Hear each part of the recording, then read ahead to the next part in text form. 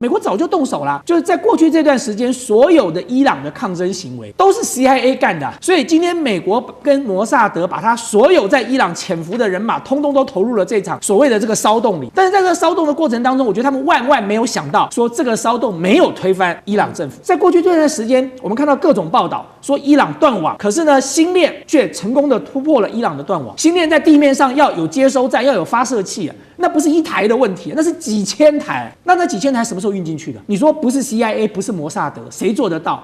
所以美国早就动手了。只是说他不敢打地面战而已。我们要持续的关心到中东的战事，因为现在看起来是即将要开打的前戏了吗？中国大陆跟美国的军事武器是已经全部逐渐的投入到这个在中东附近的战场了吗？今天会一起的来做关心，尤其现在要看到的是中国大陆强势的它的强援抵达了伊朗，以色列只是慌张急求川普来突袭开战，24架的 F-15E 已经急奔中东了。中美军武巅峰对决，难道真的要开打了吗？今天会一起做解读。3个火线话题，今天请来宾帮我们来特别看，包括了现在特别提到了 LexX 上面的这个报道，上面写说呢，16架的中国军机已经急奔德黑兰了，包括红旗9B 疑似也到位了。这个到底是军事援助，还是等于是中国大陆？难道会真的默默的下场吗？难道中东会出现第3股势力吗？美国在这个情况之下，还能当作是没有看到吗？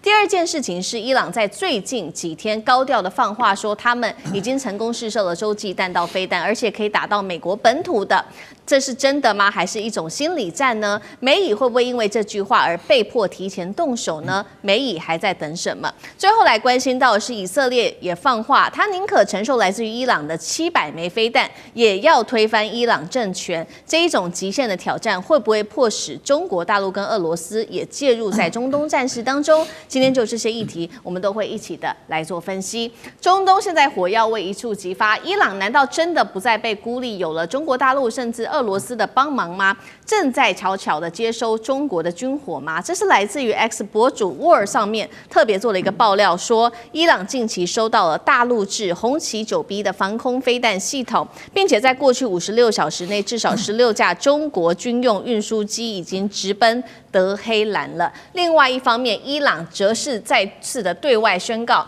成功试射了洲际弹道飞弹，射程甚至他说直指美国的本土。这样子的一个测试，虽然还没有获得外界的一个证实，但已经让国际社会非常的紧张了。而美以在另外一方面，则是全力的在加强部署。我们先来看到说，谈了好久的这个林肯号，现在已经正式通过马六甲海峡，几天之内就会正式抵达中东海域了。外界预估说，一旦美国的航母正式到达，那么就是开战的倒数前夕了吗？再来就是看到 F-15E 的战机也逐渐到位了，从英国基地紧急空运至中东，数量预估会高达24架。再来看到的是4架的 C-17A 的战略运输机已经抵达了约旦的军事基地，甚至是包括了我们看到 KC-130大力神已经落地在以色列了，疑似就是要运送军备的支援，美国要来特别援助以色列。而此刻我们来看到以色列的防长特别参谋长特别出来放话，他说已经为突袭战争做好准备了，只要能够推翻伊朗的政权，我们以色列即便承受来自于伊朗的700枚导弹袭击，我们都在所不惜。而伊朗的军事专家预估，美国跟以色列正在接下来筹划对伊朗发动的是混合战争。节目一开始要特别请教委员怎么看了中国大陆的角色，难道真的会介入在这场战争当中吗？是否将中东推向新冷战？美国接下来会怎么做？而伊朗宣示它的洲际弹道飞弹已经可以覆盖住整个美国的本土了，这是战略吓阻还是一个心理战？委员怎么看？对，我想在伊朗的这个情势的变化当中看到这个来自于北京政府的一些操作，其实不难可以理解到。我觉得中国大陆也好，俄罗斯也好，他们已经看懂了川普在全球下的这盘大棋，真正的目标就是剑指中俄嘛。所以其实我们熟悉中国历史就知道说，当年战国时期，秦国那个时候要一统6国，他采取什么策略？他就采取远交近攻啊。就是对于我没有办法处理的，对于力量过于强大的，我就对他示好，跟他交朋友。然后呢，我麻痹他，我让他在温水煮青蛙的过程当中，我不断的剪除他旁边的羽翼，然后我把我周边能够攻下来的我都攻了。那等我把我自己的这个力量巩固好之后，我再挥军向这个原本我的朋友，我就来开始面对他们了。所以你看到川普在处理委内瑞拉、处理伊朗、处理这个格陵兰，川普几乎没有毫不讳言的在讲的目标几乎都是剑指中国跟俄罗斯嘛。特别是像格陵兰，他不断的强调，他要拿下格陵兰，就是因为中国大陆跟俄罗斯在这个北冰洋的航道已经部署了太多的这个装备在那里了，他们必须要遏制中俄哦。然后他拿下委内瑞拉的时候，他讲了什么？他说美国加上委内瑞拉的石油产量占了全世界的55%了。大家想想哦，如果再让他拿下伊朗的话，他所掌握的这个全球原油产量绝对超过70%。那在那个情况之下，你说中国大陆当然首当其冲受到冲击啊。委内瑞拉的油大量都是输往中国大陆，伊朗的亦复如此。那你更不要讲说伊朗所处的地理位置，不管是空中航线或者是这个地面的这个地缘政治的位置，它其实都是站在非常重要的战略枢纽。一旦伊朗失去了，中国大陆的中欧班列马上就会受到冲击。那么所有的相关的航班，美国现在飞中东的机票为什么这么贵？就是因为美国的飞机不能够飞越伊朗的这个上空，不能够飞越伊朗的领空。但是如果这个情势改变了呢，变成美国掌握了伊朗呢，那接下来对中俄来说，他们所失去的远远超过于委内瑞拉可以造成的影响。所以我觉得在这个过程当中，看到北京也好，或者是这个俄罗斯采取更大的动作，其实也并不令人意外了。那你说美国这个时候要不要动手？美国早就动手啦。我们不要讲别的，就是在过去这段时间，所有的伊朗的抗争行为都是 CIA 干的。就是我2020年在帮韩国瑜打总统大选的时候，香港莫名其妙就来一个反送中了，等到蔡英文当选了就不反送中了。所以呢，香港最近的审判都已经出炉了，这个背后这个引发骚动的是谁？就是 CIA 啊，还有谁？所以今天美国跟摩萨德把他所有在伊朗潜伏的人马，通通都投入了这场所谓的这个骚动里。但是在这个骚动的过程当中，我觉得他们万万没有想到，说这个骚动没有推翻伊朗政府，因为这个骚动的群众他们缺乏一个核心的精神领袖。但是大家要注意一件事哦，在过去这段时间，我们看到各种报道说伊朗断网，可是呢，星链却成功的突破了伊朗的断网。各位，星链到了它上空，不是说你打开手机就可以连上星链的。星链在地面上要有接收站，要有发射器，那不是一台的问题，那是几千台。那几千台什么时候运进去的？就如果今天没有地面的这些接收跟发射器，就算星链的卫星全部集结在伊朗上空，打开手机什么都收不到的。那这么长时间的部署哦，你说不是 CIA 不是摩萨德，谁做得到？所以美国早就动手了，只是说他不敢打地面战而已嘛。今天以色列虽然讲狠话，他说我承受你700枚导弹也在所不惜。对，我打了你700枚，可是你还是没有办法入侵我的国土啊，因为你离我有距离，而且我国土这么大，你要占领我整个伊朗吗？你要怎么占领？这现在也是美国的难题啊。他就算来了 F-15的这个战斗机，他就算运了再多的这个相关的装备，他就算林肯号到了那里，他还是要地面部队，因为那是伊朗，那不是一个这么简单的国家。你美国打伊拉克，美国打土耳这个阿富汗，要不要地面部队？要啊，他要大量的投入地面部队。所以对美国来讲，我觉得他现在最大的两难就是，他究竟能不能够在损失最小、付出最小的情况之下达成这个任务？那么我认为美国在评估当中，所以这个时刻中国大陆采取更大的动作，我觉得是有助于牵制住美国，让美国要重新思考。那你说至于说伊朗有没有洲际弹道飞弹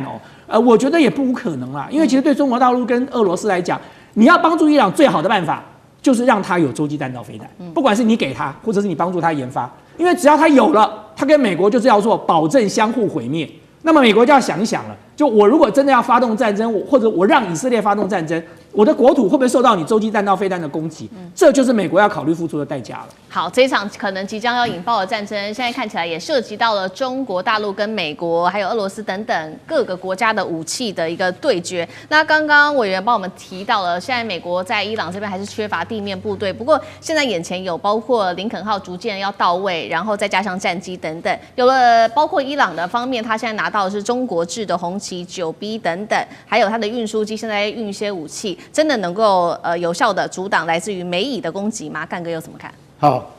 我特别注意到，就是说，中国军用机军用的运输机有16架紧急飞往德黑兰。这句话我特别有兴趣，为什么？你知道，有16架军用运输机，我可以告诉各位，那叫做战略运输机，不是那种我们常常我们自己看到的那种，也4个螺旋桨这样巴拉巴拉巴拉那个飞不到的。为什么？它需要空中加油。所以从最简单、最接近的基地，比如说从西安，或者是从那个国内就是说这个比如说湖北的基地，直接飞到德黑兰的话，那一定要大型长程战略运输机，那就是运20，一次出动16架，很多。因为到目前为止，我所知道，中国大概目前有30架运20成军，一次飞那么多去，带的是什么东西？带的就是红旗9。大家可能对红旗9听过很多次，不太了解它。我可以告诉各位，红旗9就是类似俄罗斯的 S400，本来是 S300，但它的提升它的性能已经到了 S400了。有个国家在美国多少次警告的情况之下，他最后还是买了红旗9。为什么？因为他认为红旗9真的好用，它叫做埃及，好不好？结果埃及用了以后，真的说很好用。然后还有另外一个国家，在去年的12日战争之中，就验证给你看红旗9B 到底它的性能如何。听说他把俄罗斯的 S400的防空飞弹给击落了，就是创造了人类历史上第一次防空飞弹击落防空飞弹。天下有这种奇怪的事情，也就是说，告诉你，红旗9B 的性能，它本来是仿 S300而来的，而达到跟 S400有相同的功能。结果我竟然可以拦截印度的、巴基斯坦的那个红旗9B，拦截了印度的 S400系统。现在大家就可以想象到这是什么样的概念，就是说，我现在已经青出于蓝了。所以说，在那个战争之中，不仅仅是巴基斯坦的枭龙或者是歼10打下了印度的标风战机，连防空飞弹都已经胜于印度一筹。而印度的那个原来的系统是俄罗斯的系统，所以红旗9B 不是只有这么简单而已。这样你就比较了解到底它是什么样的系统。红旗9B 现在是部署在中华神盾上面最重要的系统，也就是说海军大家所听过的055大驱或052D 中华神盾，他们主要的防空系统就是海红旗9，跟陆上的红旗9B 是同一个体系出来的。也就是现在中国的主力防空飞弹、区域防空飞弹，射高30公里，射程300公里，然后它可以应付饱和的电子干扰环境。在这种情况之下，这种飞弹用16架运20，赶快运到德黑兰去，这个意义非常重大，就是我赶快援助你。为什么？因为你原先用的 S300或是 S400俄罗斯系统，可能没有办法应付新的威胁。什么叫做新的威胁？新的威胁叫做 F-15E。美国的 F-15E 是出了名的炸弹卡车。这个飞机一飞过去，身上带24颗炸弹。它飞到德黑兰去的话，它一丢，一架就丢24颗。这24颗可不是小炸弹，每一枚都是500磅的炸弹。一丢到德黑兰的头上的话，那你头就痛了。如果这次派了24架去，2个中队。这种炸弹卡车，它也不是自己就飞过去的，它也会面对很多德黑兰的防空系统，它也有电子压制的，所以这次它如果去的话，会不会被红旗9B 打下来？这件事情就是我们特别现在接下来要关注的重点。不过我们可以理解到，不管是 F-15E 炸弹卡车，或是 F-35隐形战机，都会被防空飞弹打下来，只是远近以及多跟少而已。只要你第一次进去我拦不到，第二次你一定会被我拦到。这个就是什么？这个就是战争的一种艺术，就是说我们都是处于在时代尖端的系统。如果今天中国已经紧急运送了红旗9B 到德黑兰去，那现在 F-15E 真的跑进来要空袭德黑兰的时候，红旗9B 抓得到抓不到？刚开始也许抓不到，但你来第二次，我一定抓得到，就像巴基斯坦抓得到印度是一样的道理。所以我大概简单讲到这边，就是说，如果这个那个美国跟以色列要联合进行空袭行动的话，碰到中国的红旗9B，可能要特别小心一点了。好，现在不管是美国的或者是来自于中国大陆的武器，都已经急忙的送到了伊朗这边去。那另外一方面，以色列他也直接喊话，这是他的参谋长，国防参谋长直接说，宁愿承受700枚导弹袭击，也要推翻伊朗政权。中俄在这个时候会介入吗？苑老师怎么看？我们一般人呢，对于这个以色列的这个抵御能力啊，就是说有一种顾虑，就是说以色列在前一阵子，就是2025年6月份的时候，挨了伊朗的导弹啊，非常多，上百颗的导弹以后呢，觉得大家都看到那个惊心，就是触目惊心的那些画面了哈，就觉得以色列这里被炸那里被炸哈。但是实际上的话呢，我告诉大家，就是说以色列本身呢，现在是基于3个理由啊，它是对于这个伊朗的话呢是非要动手不可，所以他的参谋总长扎米尔啊，他的表现的态度非常强悍，而且以色列从以色列已经打了2年多了哈，以色列现在没有停的意思，就想要毕其功于一啊，要把伊朗收拾掉。有3个理由是非常重要的，就是说伊朗本身来讲的话呢，就是以色列会攻打伊朗的主要理由就是以色列注意到伊朗的核能的提炼的整个过程并没有被全部摧毁掉。这是大家现在都已经知道的事情，而且以色列的话呢，非常非常担心伊朗拥有核武器。一旦伊朗拥有核武器，再加上飞弹、导弹的话呢，它一定会对以色列发射。这以色列这样认为啊，实际上的话呢，也可能是对的。然后第二个的话呢，就是说伊朗的带头呢打代理人战争呢，那个叫抵抗之湖啊。那么现在的话呢，整个基本上只剩下伊朗了。啊，其他的话呢，从哈马斯开始到这个也门的胡塞武装啊，到这个叙利亚呀，到什么所有原来支持伊朗或是说伊朗拿钱在支持的代理人战争的话，现在都被以色列打垮。所以以色列现在就是说要把伊朗的借这个机会呢，就把它真正的打垮一下啊。所以说那个第3点原因的话呢，就是以色列认为是机会难能可待。这个机会的话呢是2方面，一个是川普在当总统，另外一个的话呢就是伊朗前一阵子的话呢闹得很厉害，伊朗闹的原因啊，除了颜色革命的因素以外呢，还有一个是通货膨胀的问题。现在的话，1个美元可以换到伊朗的钱了140万呢，140万。所以伊朗人的生活当中的话呢，普遍来讲是不满意的。不满意呢，那以色列呢，前一阵子呢，突然表现得出奇安静。就是基本上是在搞内部的这种联络了啊，那个摩萨德就开始动作，所以说这3个原因合起来的话呢，对以色列来讲的话呢，只要我能够抗得住第1波、第2波的导弹攻击的话呢，能够借这个机会让伊朗什么呢？不一定要让它消灭，也不一定要占领它，要让它乱，3个乱啊，所以说它就够了，以色列就够了。所以说在这种情况下，我觉得中东的战争是一触即发。好，接下来在军事上面，我们今天要关心个事情是中国大陆一出手，现在中东的战力是否天翻地覆了呢？因为最新消息有伊朗现在的飞弹库是满血复活，有一个说法，2000枚齐射会来压垮以色列。那么底气来自于哪里呢？根据外媒的报道，就是来自于大陆。另外也传出来说，伊朗要买大陆的歼20跟红旗9B，如果真的发生的话，对于这个接下来的战力会有什么样子的影响呢？我们都会一起的来做关心。赶快来看到，难道这一次伊朗真的是满血重生了吗？因为就在11月12号这一天，伊斯兰的革命卫队在首都的德黑兰这边举行了这场非常大的这个叫做国防的成就展，立刻是陈列出了各种的武器哦，包括数十个不同型号的，不管是飞弹或者是无人机哦。那么这当中包括了有极音速飞弹啊、尼什，还有这一款叫做海巴尔谢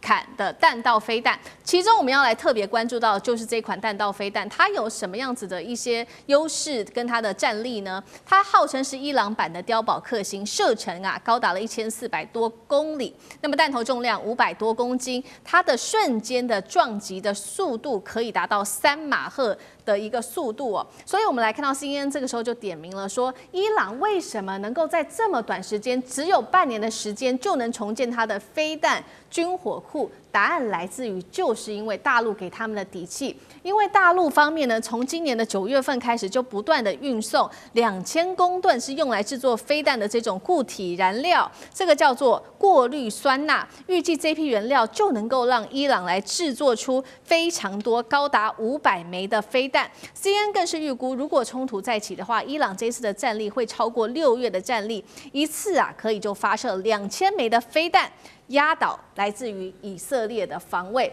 伊朗半年内又快速的复活，基因素飞弹再加上碉堡克星，以色列的噩梦来了吗？难道他的底气是真的来自于北京吗？张将军怎么看？我认为这个是现在伊朗要对以色列实施饱和攻击，那就要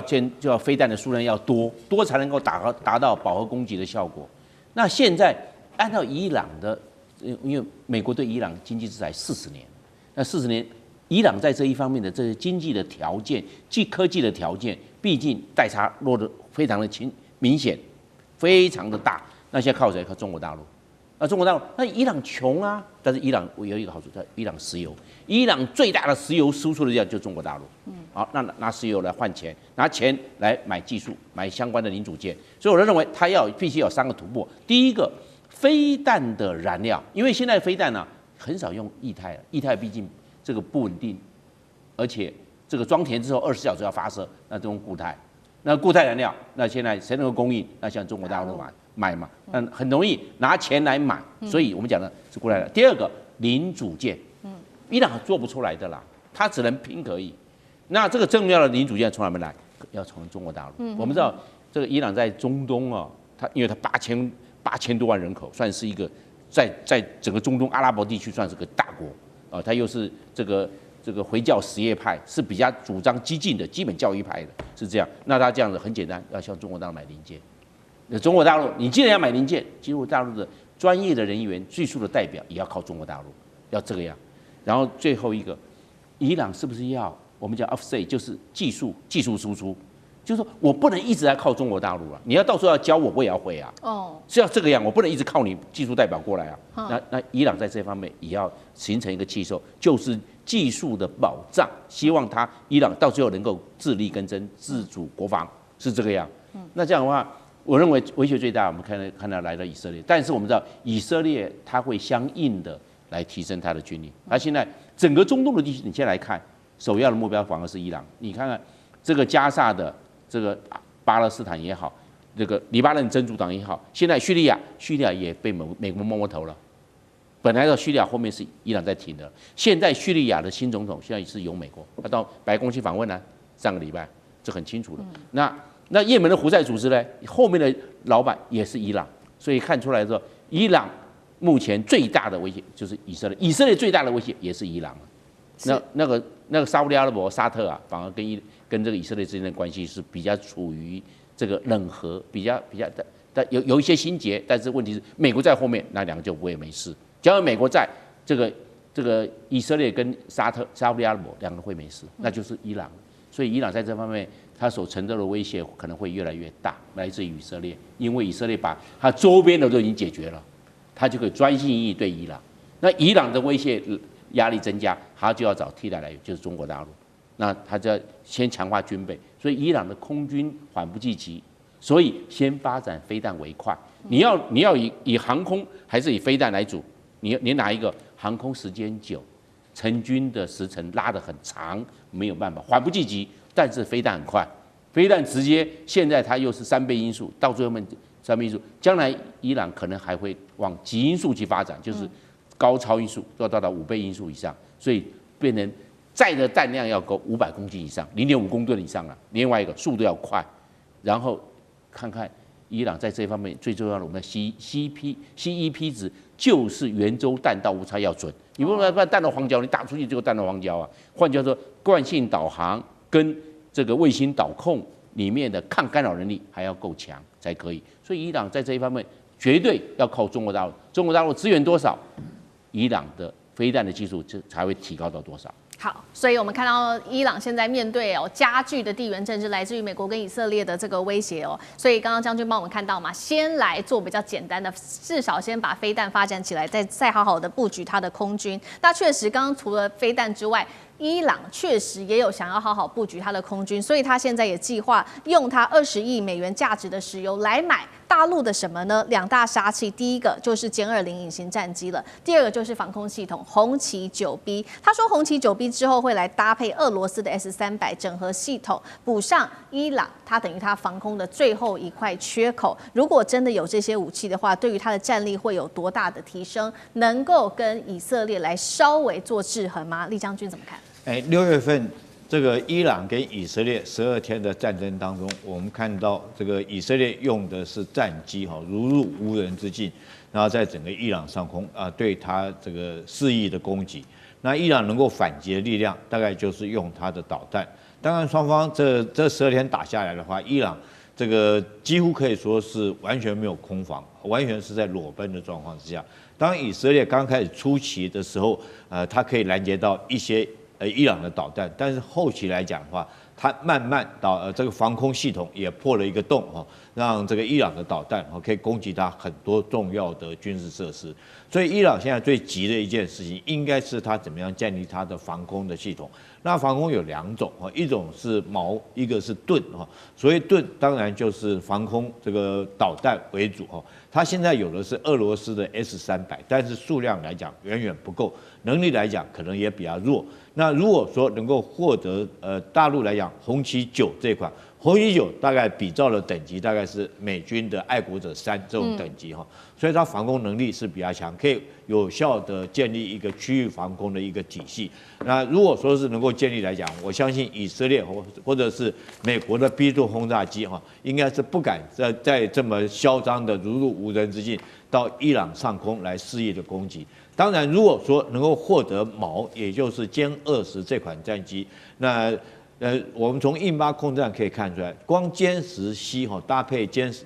搭配到这个PD-15导弹就可以对印度造成这么大的一个战胜的一个战果那如果说是这个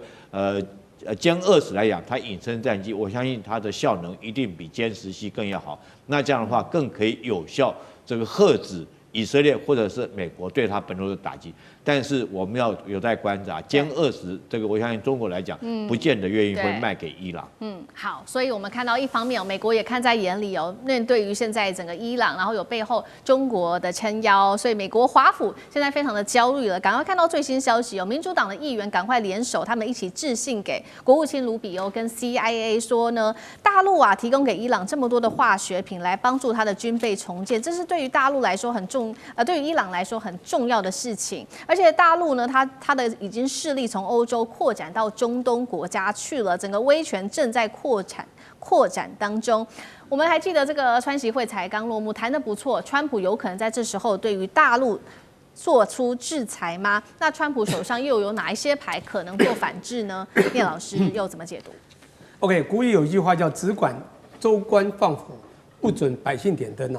那你什么做都可以，那别人做都不行。你可以说。在这个加拿大呢开 G7 会议，2天后说，对不起，我要离席，我要回去做一个重要决定，2个礼拜，然后就告诉这个伊朗说，2个礼拜你再不怎么样，我就要去炸你，结果2天就 GBU-57就炸进去了，60公尺深的专体的这个炸弹。这件事情，请问全世界有谁打法？没有，因为美国人做才是对的，美国人去支持以色列。是好事，是拯救全球，你觉得是吗？好，观众朋友，今天我们要特别来关心到这个中东情势，是在以伊战争现在是否又要进入到2.0正式的倒数阶段了？有几个迹象，我们今天会特别来报道的是，媒体这边传出了以色列现在怒呛中国大陆在暗中帮助伊朗做飞弹。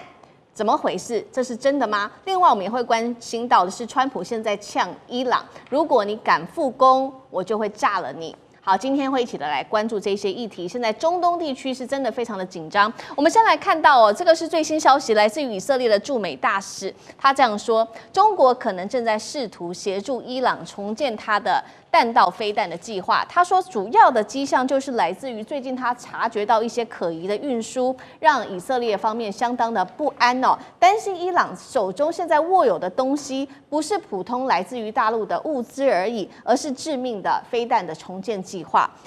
在这个消息出来之后，他也特别的警告说了，如果计划成功，对以色列会造成一个毁灭性的破坏。华府听到这个消息之后，是立即升高了备战。最新消息，我们要来看到川普总统也说话了，他说，伊朗当局试图要重启遭到美军轰炸的核子设施，如果成真，真的做了，美国将会再度的出手攻击伊朗。以色列的国防部长最新也开始呛瞎，他说，以军能够再袭击德黑兰的话，我们就会发动更猛烈的攻击。当然了，伊朗方面也不甘示弱，总统最新出来说话，他说对以色列的任何军事行动都做好了准备，地面部队现在是全面的处在备战的状态。如果真的打起来会怎么样？美国跟以色列能够撑得住吗？我们先来看到因为在这一次以伊冲突上一回的12日战争当中，现在有个最新报告出来，说美军在这一场12日战争当中，其实损失非常的惨重，发射了超过150枚的这个拦截弹 THAAD。光是这150枚就占了美国将近1/4的整体库存，而且这个发射的数量是当初预想的2倍以上，耗资金额已经高达了19亿美元，对于美国来说是压力非常大的。而且来看它的成本，单弹的成本就要1270万的美元。那五角大厦也做了一个统计，在2024年的时候采购了11枚，2025年他们在预估可以拿到12枚，但是光是要补回上次的这个损失耗损，就得再等个8年的时间了。另外呢，这一场冲突呢，也让包括了铁穹还有大卫投石所剑3，再加上刚刚讲的这个拦截弹多层的使用验证，它是可以成功的，但是也暴露出了美军现在的致命的缺点，就是如果来自于伊朗的饱和攻击持续进行的话，还是可以让美军的防线崩溃的。尤其他们现在最害怕的传出就是来自于大陆的飞弹，包括了他们的东风17、东风26。节目一开始我们要来请教尚志哥怎么看？这一次如果消息成真，也就是说中国真的出来支援伊朗的话，提供技术跟关键的零组件，那伊朗的中程飞弹有没有可能快速的在技术上面做提升，打到以色列，威胁到当地本土，突破现有的防空系统？尚志哥怎么看？这个消息确实蛮令人意外的哈。指责中国大陆介入了这个以伊战争，我想首先还是显示中国大陆现在军事非常强大。那么无论俄乌战争或等等，中国作为一个美国之外的一个绝对的变数，所以只要涉入这点的话，大家都会侧目的。但我们要看这个消息啊，我觉得现在任何指控中国，大家要看那个消息的层面。现在这个是驻美国的以色列大使。他不是以色列政府，不是纳坦雅胡，甚至不是以色列国防部，所以在以色列政府的部分的消息本身，这个是在美国的这个以色列大使，所以这个消息的层级现在比较是捕风捉影。当然，我们也不能够否认说，都知道以色列在整个它的军事情报方面来讲是很厉害的，所以他现在指控当中有一些运输性的可疑性，是不是中国介入呢？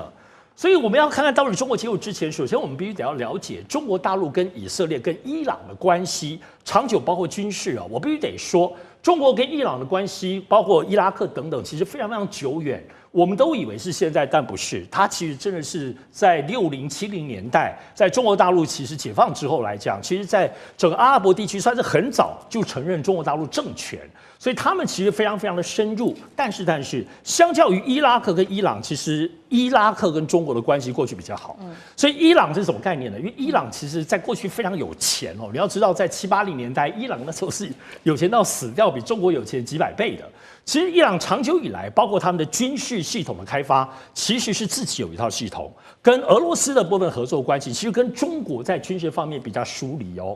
也就是说，这里头伊朗有自己本身的傲慢，或者是我们讲比较自洽，中国到讲，或自己本身就是觉得自己很 OK 哈。那中国跟以色列过去的关系，其实也是在军事方面其实是竞争的关系。因为都知道以色列发展自己的军事科技，有自己一套系统，跟美国的很多的关键技术都是整合在一起的。所以我们看中国跟以色列，中国跟刚刚讲伊朗之间在军事上其实比较疏离，而在中国最近我们看到全世界这种包括金砖国家、南方国家的这些布局里头，伊朗也没有那么热衷，也不是那个很激进，还相比较俄罗斯跟其他巴西跟国家来讲，伊朗是很退到后面的。所以我们现在讲说，在这个时间点上，中国就大举的在军事方面支援支援伊朗，我认为这个东西是不太可能。当然，我认为因为伊朗在这次在打的过程里头，我们发现第一个刚刚讲攻击以色列很厉害，因为他们有很多的包括自己生产的这些炮弹，但是防空系统比较差，被以色列当中攻击炸得死去活来。我认为，如果现在中国有可能帮助任何我们只就伊朗的需要，他真的需要的不是攻击性的武器，他需要是防守性的。而且我们知道，在中国大陆在防空系统，其实在过去印巴战争，我们看到厉害之处，可都知道巴基斯坦用的东西大概中国的1/100而已吧。中国大陆的防空系统除了结构性的大阵仗，也有很多灵活机动的，可能非常适合现在伊朗的需求。所以如果真的有可能交集，我个人认为是在防空系统，不是攻击系统。但回到最后讲中国立场，我觉得中国大陆现在长久以来在现在整个发展，而且跟美国的关系、关税战各方面的竞争，所以它不太可能开发另外一个战争。所以这里头的系统性的支援，我是指在战争上，第一个你要介入以伊战争，以中国现在的全球布局的头脑不会做这事儿。但是呢，如果在某一些边界上来讲，不会触及到攻击性。就如果对伊朗跟他的关系，如果这个防守性质的部分，我认为不是没有机会，但我相信中国大陆非常谨慎，所以最后结论就是说，以色列现在的情报战的掌握，说这个东西究竟是提早先把你说破之后就不要让你中国来帮助伊朗，我认为这可能性比较高，而且说真的，现在大家有些暗度陈仓，中国跟伊朗的部分，我认为几率是比较低的。同样的问题，大使有什么看？就是中国是会提供就是比较多的是防空啊、防御性的武器，胜过于攻击性嘛？那如果拿到这些之后，对于整体的包括了伊朗的战力又有多大的提升？当然啦，这一次事实上到最后阶段哈，就是以色列跟这个伊朗这次战争的后阶段，我们也看到了伊朗的飞弹的这个穿透率哈，已经接近40%了。一开始大概不到10%，最后到15%，最后阶段就到差不多40%。我想对以色列、对美国来讲都是大出意料之外。那怎么会有这么精准，而且呢穿透率这么高？这个对以色列的国防来讲是一个致命的威胁。那所以我觉得他们现在一定在找原因，在找补这个缺口。那不过你要知道，其实在这个远距这个超视距攻击的话来讲的话，应该是攻击方有利于防守方。为什么呢？你只要打过来的话，防守方一定要设法拦截。你这个拦截，你高空、中程的跟这个低空，你3种都要防啊。高空的时候没有拦到，你中段你就要拦截，然后再接上你这个在这个最后进程的拦截。这个东西不是1:3了，你一颗飞弹过来不是3颗了，可能更高的这个飞弹的使用量。所以呢，事实上是我觉得未来的现在的这种飞弹远距的这种所谓的超视距攻击来讲，应该是攻击方比较有利，防守方那是一场消耗战。那所以我觉得这个讯息的放的方式来讲的话，是以色列驻美大使在接受美国之音访问的时候，他说在猜测有这个可能。所以刚刚尚志兄讲的也很对，就是基本上他可能是怎么样？先警告，因为他知道这个，如果说中国大陆提供中国大陆目前最先进的导弹的科技给伊朗的话，那以色列就是真的就陷入一个极大的困境里面。是，而且美国跟以色列对伊朗来讲最大的弱点是，他们不能派这个地面部队进去，以后打的都是远距战。那伊朗国土辽阔，人口众多，对不对？易守难攻。那跟你打这种远距的这种超视距的，用飞弹飞来飞去的话，这样打下去的话，以色列可能招架不住以色列不到2万平方公里的土地对不对？所以这个情况下，我觉得他们把所有最坏情形都讲出来了，而且这是一个警告，在警告中国大陆。可是中国大陆的科技尖端科技也不是这么容易就给伊朗的伊朗的政局也没有这么清楚过去被渗透的那么厉害。它里面这些这个所谓的党政军高层随时就被以色列的这种所谓的这种斩首攻击就干掉了。你中国大陆提供伊朗这种高科技的话，伊朗守不守得住秘密对，所以你要挑选合作伙伴，你要看这个挑选的合作伙伴他够不够。它有没有那个好保密，是不是本身够严谨？对中国大陆没有必要去淌这个浑水。我给你几架这个歼10C这种我给你一些红旗9就已经很不错了。那你要把中国最进步的所谓的超高音速导弹的技术交给伊朗的话，那可没那么简单啊！你要想要拿中国花了多少功夫会给你这种最高科技的，而且你现在打的也不错啊。你现在最后你看，在这个跟伊朗最后，伊朗跟以色列最后阶段，它的穿透力我刚刚说接近40%啊。对，那我们大家都怀疑，主要还是俄罗斯的科技啊，因为它跟俄罗斯之间交往是长期的，而且有这个地缘战略的利益。所以中国大陆来讲的话，事实上的话，基本上的话，当然不希望伊朗倒到西方了，变成巴勒维时代变成这个美国在这个地区的一个什么。一个抓手，那对中国是不利。不过伊朗现在也没有这个问题啊，所以我觉得以色列是先怎么样？先告状，然后先警告，然后跑到美国去告状。你想莫萨德这么厉害的，如果有消息的话，他会只是在透过这个管道来放点风声吗？那所以我觉得这个就是有一点点恶人先告状。那中国大陆的尖端的武器的科技也不会这么简单的交给伊朗这样子可能会随时泄密的国家。好，所以现在以色列也确实是很紧张了。除了伊朗的导弹他们要防卫之外，还包括来自于可能俄罗斯提供的，甚至是中国大陆说也有可能不是完全排除这可能性，提供一些技术上面的协助等等。那刚刚也提到了以色列方面也很担心大陆这边会提供不管是什么东风1726等等。那又有12日战争过去的经验，接下来以色列会怎么做？好，那个我讲一句实在话那其实老实讲一句，美军这次在12日战争之中帮了很大的忙。为什么？因为美军出动了战区高空防御系统那是终极的防御系统。为什么呢 ？THAAD 萨德其实老实讲，这个东西非常敏感。10多年前要在南韩部署的时候，就产生了乐天事件。为什么？因为他用的那个地是韩国乐天集团的地。他说：“你敢让美军在这边部署，以后你们乐天娱乐在中国就不会有市场了。”然后这一招果然有效，然后真的韩国政府到最后只好说：“我们不再扩张这个萨德系统。”那大家要知道，萨德的飞弹现在一枚已经到了一枚，听清楚，单价1270万美金。那根本是天价。20年前。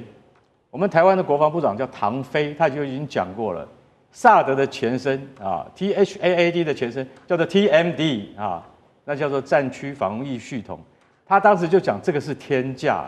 我们不会掉到这个钱坑里面来。结果现在听起来，这更是超级大钱坑，一颗1200万美金。这一次12天战争。美国帮他打了150发，那是多少钱？19亿美金。再打下去，美国就没有弹可以打了。你知道为什么吗？因为他一年只能够生产大概一打就12枚，像2024年下单11枚，今年只能买12枚。如果今天再发动攻击的话，伊朗的这些飞弹再发动攻击的话，那你就没有人可以救了。你知道12天快打完的时候，美国跟谁请求帮忙？你知道跟沙烏地阿拉伯跟以色列是世仇，两个国家不接壤。但是沙烏地阿拉伯作为阿拉伯世界的领导者，它是最大的国家，我怎么可能把我的萨德系统去借给你美军用？全世界只有4个国家拥有萨德，一个叫沙烏地阿拉伯，一个叫南韩，另外一个是部署在日本，另外一个自己就是美国了。然后我们没有接受嘛，所以说我们如果当初要是接受的话。如果当时买的话，可能300万美金一枚。现在爱国者一枚就300万美金了。所以你说怎么这个仗打不起来？然后你再面对说，好，接下来萨德系统现在美国已经部署到关岛了，它关岛就是预防中国出第一岛链。可是我今天坦白讲一句，中国的第一岛链早就已经跨一半出去，它只是不用讲那么多。为什么呢？因为你今天有东风17，甚至到东风26，还有更高级的东风27，坦白讲一句，这些都是未知数。为什么？因为这些数据不会公布，中国的数据都是绝密的。所以我今天坦白讲一句，如果再发动一次以伊之间的战争，美国军工业绝对来不及应付这一场战争。美国自己本身都没有萨德的库存了，你就知道越来越严峻了。同样也是军事上面的消息，我们要来关心的是，伊朗现在要接收这个歼10吗？并且还会搭配到中国大陆它的霹雳15，这个威胁之大，现在美国跟以色列都非常的紧张跳脚，而且说了要切断金援。我们今天一起来看，伊朗的空军现在是不是真的要脱胎换骨了？因为现在来自于中国大陆的国防部正式的做表态了，他们说呢，愿向友好国家来供应歼10战机。那么来自于伊朗媒体这边也爆料说，目前确实德黑兰跟北京正在交流洽谈当中，有机会可以引进达到40架的歼10，而且重点是还有 AESA 有源相阵雷达。再搭配霹雳15这个远程的空对空导弹这一种高规格的版本，这代表什么？代表说伊朗先前都是用一些老旧的，不管是俄制的米格或者苏凯来凑数，现在直接晋升为可以跟以色列对抗的这种准第5代的战力了。专家就预估说，如果说伊朗真的完成了来自于这些中国大陆武器的部署，就可能改变整个中东的制空权，真的是这样吗？我们等一下请将军们也一起的来做解读。那现在呢，美国智库也很紧张。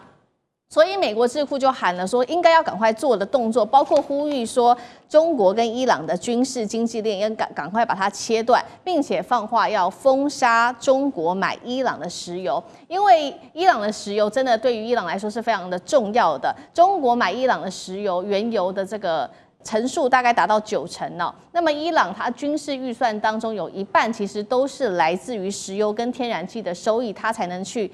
发展它的现代化军事武器。所以节目一开始赶快请教张将军怎么看这一次的歼10搭配刚刚讲的嘛，这个雷达跟霹雳15到底有多大的战力？美国智库是真的感到害怕了吗？那接下来美国说要对中国制裁，中国大陆会不会缩手呢？张将军怎么看？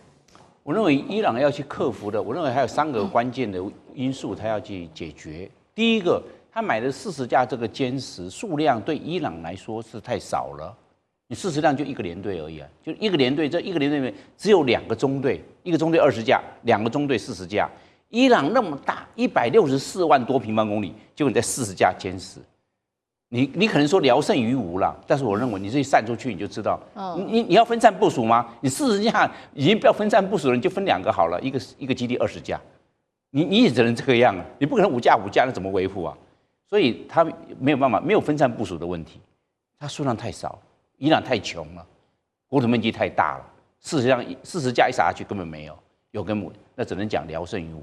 我讲的数量问题。第二件事，训练问题，他能不能训练？你这个训练出来成军的话，真正有作战力啊。一个我们讲的一个飞行员，从基本飞行到高级飞行，喷射机，然后再到歼10C，真正完成战斗之后，变成一个组合训练，没有3年5年下不来，你飞机还没拿到嘞。你现在是不是要做这个训练？所以这个是5年后的事情。5年后的空权发展是怎么样？都日新月异 ，AI 都出来了。现在都是1架歼击机出去外面带3架，最多可以带6架无人机做中程僚机。现在已经朝这个方面去搭配。伊朗还没有。另外一个不要忘了，它只是一个战斗机飞行完训了。那现在不要忘了，伊朗没有空中预警机，没有空中预警，你战斗机上来的时候谁来管？地面管制站，地面雷达管制。你雷达管制那还是传统。那现在已经变成系统化、组合化的作战，伊朗在这方面根本跟不住。问题出在这个地方，你看看这个方方面面，伊朗有没有准备？根本没有准备。另外，现在以色列针对伊朗，摩萨德会针对伊朗做情报收集，这些歼10C它的电磁频谱、雷达参数、电站参数是什么？这个摩萨德在收集。所以将来打仗打空战，将来打仗的时候啊，打电站那就出来了。为什么？以色列在搞这些。因为我们来看。伊朗不可能成立一个攻势空军，它一定是守势空军，因为它要跨到打1000公里外的以色列去轰炸吗？难度增减，难度不会。那你只能没有空中加油机，那你也只能在本土空防做一个守势空军。那守势空军能够对以色列产生多大的威胁？没有，你守势空军啊，只有以色列来这边轰炸，来这边作战啊，你更没办法。而且知道以色列他这一次去炸这个伊朗是通过叙利亚。叙利亚现在是沙姆解放组织控制，他对以色列是采取一个不对抗主义，你的以色列空军过来了，他目迎目送，炸完了从伊朗回来了，回到以色列，他是目迎目送，是这样子。叙利亚没有空防，他对以色列通过他的领空去轰炸伊朗，他不做任何拦截。你想想看，那这样子的话，那伊朗的空防威胁是更大。所以我们方方面面来看呢，关键就在那以色列还会发展弹道飞弹，那这样的话对伊朗的那个放歼十七的那个机库、机堡、地下防置做轰炸，所以将来伊朗在这个空权上面、制空权上面能拿回多少，我认为并不乐观。好，同样的问题，将军又怎么看？但是最起码伊朗先踏出第一步了，这个所有战力建立一定是从零开始慢慢往上增长。那你永远不踏出这一步来讲的话，你永远空防是零哈。所以我觉得伊朗来讲，40架确实要建立整个国家的空防体系来讲的话，确实是不足以。可是代表说伊朗开始感受到制空权的重要，他开始愿意踏出这一步。那第二个含义来讲的话，他如果说是中国大陆愿意将这款战机卖给他的话，也是代表外交上、军事合作上一个突破哈。那第三个，我觉得中国大陆会卖，为什么呢？因为这时候中国大陆一直很想借这个机会，它的影响力深入到中东地区去。那大家看，如果说是中东下面就是所谓的波斯湾嘛，那上面来讲的话，隔着里海就到俄罗斯，然后接着过去，如果说从陆路过去的话，就是土耳其。其实伊朗在这个地方来讲，有它一个这个战略的一个地理上的一个地缘战略的重要性。那中国大陆当然很想对这个地方势力希望能够影响到这个地方。那以往来讲，因为伊朗来讲哈，它的角色它摇摆不定。我觉得这次很明显的，美国轰炸伊朗以后，可能让伊朗下定决心要向中国来靠拢，愿意让中国影响力进来。那这个40架战机是第一步所以我觉得这只是开始，代表后续的含义。你要看中国影响力就可以进入到伊朗嘛。那伊朗来讲，他开始感受到这个制空权的重要。那第二个我要讲了，40架虽然没有办法全面空优，可是你知不知道它可以局部空优？所以我们作战来讲的话，就是说我没有办法全面赢你，可是我只要在关键节点上面，我保护我自己重要设施，我就好了。比如说，我讲40架战机，它可以部署在哪里？它譬如说核设施的位置，它部署在这个地方我别的地方让你炸，但是核设施位置，如果说你要进来的话，那试问一下，如果说真的部署了这40架战机在这次它的核设施附近来讲的话，那 B2 轰炸机还有没有能力这样大拉拉如入无人之境对它实施轰炸？这就是局部空优，或是保护这个地方。那第二个来讲，它这个搭配霹雳15，那上次这个印巴冲突的时候，我们看到霹雳15射程是180公里之外将敌机击落。那事实上搞不好更远200公里都有可能，这个数据我们不知道但是最起码可以肯定的是180公里。那你知道以色列来攻击它的话，以色列用的都是战机就是 F-15、F-16或甚至 F-35，它有一个短板，就是它到伊朗去轰炸完以后，不管来之前或回去之后，中间一定都要有空中加油。那如果说是歼10，它专打你的预警机或者专打你这些加油机，那你以色列战机你回去的时候，如果没有奶妈帮你加油的话，你威胁就会加重你要对伊朗空中这个轰炸的一种困难度就会提高。如果有这种飞机来讲，他就担心，那我要不要提高我自己的加油机的安全的维护，就会增加它的难度。第三个，它可以部署在哪里？我觉得荷姆兹海峡，大家去看看荷姆兹海峡，这个对面就是什么地方？旁边就是美国的巴黎就所谓这个中央司令部的位置，以及也是它第5舰队司令部的位置。那如果这群战机摆在这个波斯湾的对面，摆在巴林对面来讲，我想对美国来讲还是有这个如鲠在喉的那种感觉，因为一架飞机一直对着你，虽然说我可以将它击落，可是对我来讲永远就是一个威胁。所以40架战机不见得能够帮助他打胜仗，但是确实是可以增加美国或以色列要对他攻击的一个困难度会提升很多。好，至少这个伊朗开始做了买了40架的这个歼10。那么重点是刚刚将军也帮我们提到了嘛，它其实可以局部的保护自己这个空优，尤其在核设施上面。所以现在呢，看到以色列就非常的紧张。以色列最近又有动作了我们就来看到说，以色列的国防部长这边喊话了，说接下来只要感受到任何的威胁，就会直接的打击伊朗。尤其这个时候，欧美情报又爆料了，伊朗早就已经把它的这个高浓缩铀转移到安全的地点，核计划最多呢，你也只能再延后个几个月而已所以上次美以的攻击确实搞不好就是真的没有打到痛点。到底怎么一回事？杨老师又怎么看？据传是伊朗要买40架歼10C，但其实9年之前伊朗曾经一度要考虑买100架歼10C，但是自己内部决定不买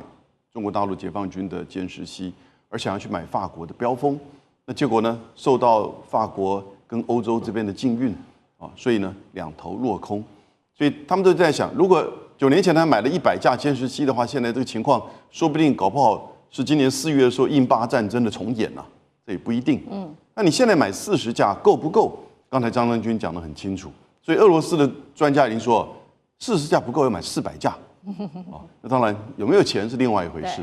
那同时你买歼10C跟霹雳15这个导弹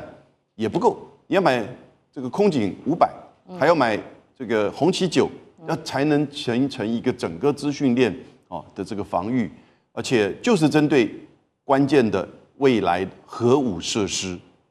因此，伊朗如果决定要继续发展核武的话，他就一定要再继续的掌握弹道飞弹以及部分的，就是防卫性的制空权，他一定要这么做，不然拒马会完全的重演那但是以色列当然就知道在你达成建军，然后呢进一步的制造核武器之前，它就会不断的轰炸。那问题是你能够不断的轰炸吗？因为以色列在那个12天战争当中遭受到伊朗的弹道攻击，也是全国的受创很深因此，他还能够再重演这样的一个剧码，美国还会再帮他用 B2 去炸伊朗的任何的地方吗？所以这个都我觉得可行性不至于完全的重演。可是呢，这2个国家现在就不断的就是觉得自己本身的安全受到威胁。伊朗没有别的路好走，除非你愿意革命，然后完全的跟西方和解，否则的话，你就一定要建构你自己本身的防卫性军事的能力弹道飞弹部分的这个制空权，那歼10C经过政验，然后呢9年前已经要准备买，跟中国大陆关系也有这个原油的关系，那也有这样大陆愿意出售，就是这个可能性。我觉得可能性其实是存在，但需要一步一步来，只是过程当中如何去避免以色列持续的轰炸，而使得你的一切到后来完全落空，这是可能必须要考量的。